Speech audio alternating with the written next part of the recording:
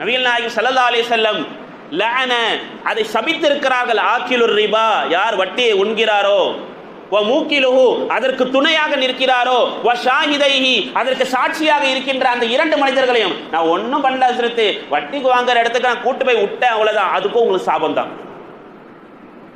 நான் அவருக்கு நல்லது செய்யணும்னு நினைச்சேன், இது சாபமா? ஆம். ஒருவரை அந்த படுகுழியிலே, அந்த பாதாள சாக்கடையிலே தள்ளி விடுவதுதான் சமம். அது நபிகள் நாயகம் ஸல்லல்லாஹு அலைஹி வஸல்லம் சொல்றாங்க. வ காத்திபிஹி அதற்காக எழுத வைப்ப உட்காராரே ஒருத்தர் வட்டி கணக்குக்காக வேண்டி, அதுவும் சாபக்கேடான விஷயம் என்று நபிகள் நாயகம் ஸல்லல்லாஹு அலைஹி வஸல்லம் சொல்லியிருக்கிறார். அல்லாஹ் சுப்ஹானஹு வ தஆலா சொல்கிறான், காலு அவர்கள் சொல்லுவார்கள், இன்னமல் பைஉ மிஸ்லுர் ரிபா என்று சொல்லிவிட்டு அல்லாஹ் அழகாக சொல்கிறான், வ அஹல்லல்லாஹுல் பைஅ அல்லாஹ் வியாபாரத்தை ஹலாலாக்கி இருக்கிறான், வ ஹர்ரமர் ரிபா அல்லாஹ் வட்டியை ஹராமாக்கி விட்டான். வட்டியை ஹராமாக்கிட்டான். வட்டியினால் ஏற்படுகின்ற